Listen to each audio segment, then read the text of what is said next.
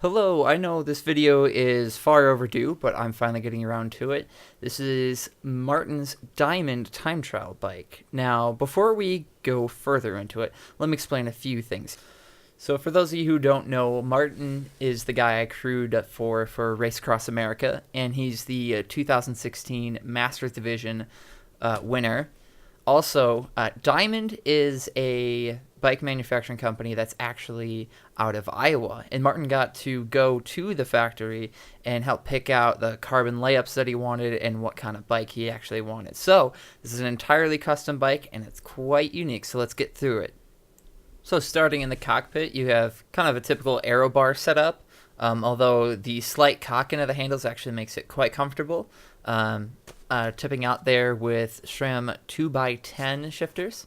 And I know those brakes are set up pretty funny.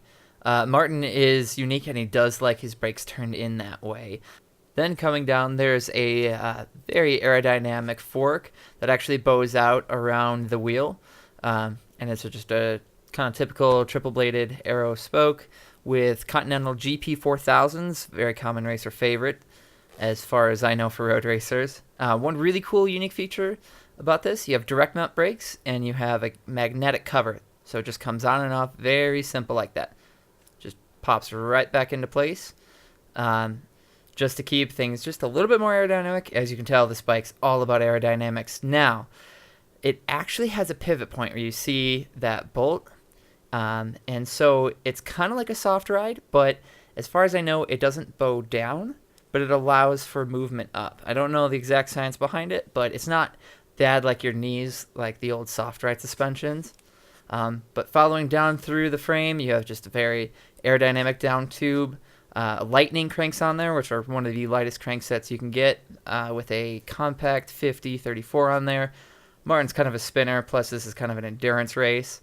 And it actually has a really cool mount that Diamond made themselves for the front derailleur.